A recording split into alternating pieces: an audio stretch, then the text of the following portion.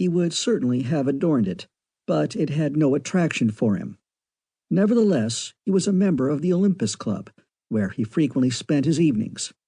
But he made very few acquaintances even there, and I believe that except myself, Jack Ashton, Henry Darton, and Will Church, he had no intimates. And we knew him only at the club.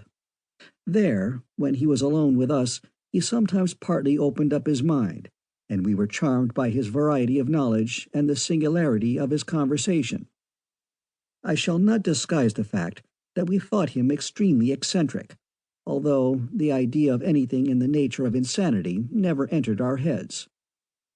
We knew that he was engaged in recondite researches of a scientific nature, and that he possessed a private laboratory, although none of us had ever entered it.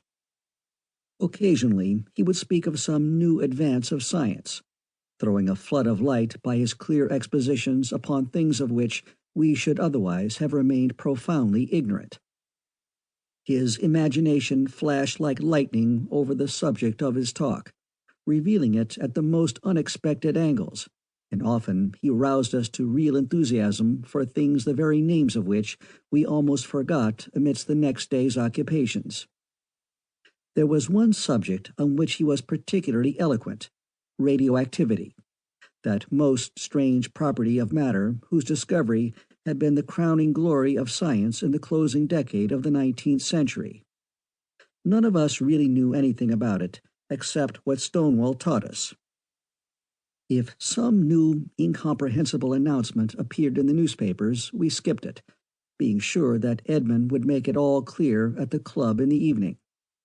He made us understand, in a dim way, that some vast, tremendous secret lay behind it all.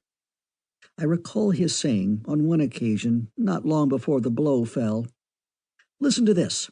Here's Professor Thomson declaring that a single grain of radium contains in its padlocked atoms energy enough to lift 1,000,000 tons 300 yards high. Professor Thomson is too modest in his estimates, and he hasn't the ghost of an idea how to get at that energy. Neither has Professor Rutherford, nor Lord Kelvin, but somebody will get at it just the same." He positively thrilled us when he spoke thus, for there was a look in his eyes which seemed to penetrate depths unfathomable to our intelligence. Yet we had not the faintest conception of what was really passing in his mind. If we had understood it, if we had caught a single clear glimpse of the workings of his intellect, we should have been appalled. And if we had known how close we stood to the verge of an abyss of mystery, about to be lighted by such a gleam as had never before been emitted from the human spirit, I believe that we would have started from our chairs and fled in dismay.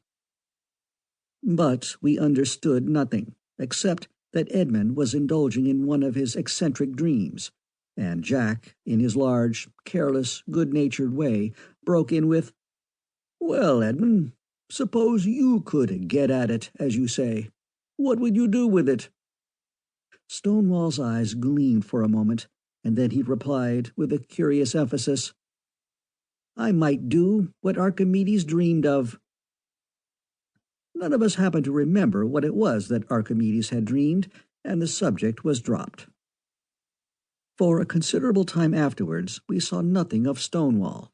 He did not come to the club, and we were beginning to think of looking him up, when one evening, quite unexpectedly, he dropped in, wearing an unusually cheerful expression. We had greatly missed him, and we now greeted him with effusion.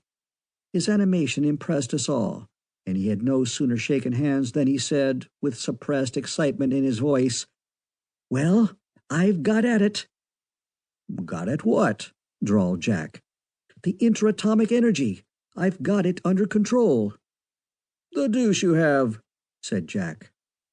"Yes, I've arrived where a certain professor dreamed of being when he averred that, when man knows that every breath of air he draws has contained within itself force enough to drive the workshops of the world, he will find out some day, somehow, some way of tapping that energy. The thing is done, for I've tapped it." We stared at one another, not knowing what to say, except Jack, who, inspired by the spirit of mischief, drawled out, "Ah, yes, I remember."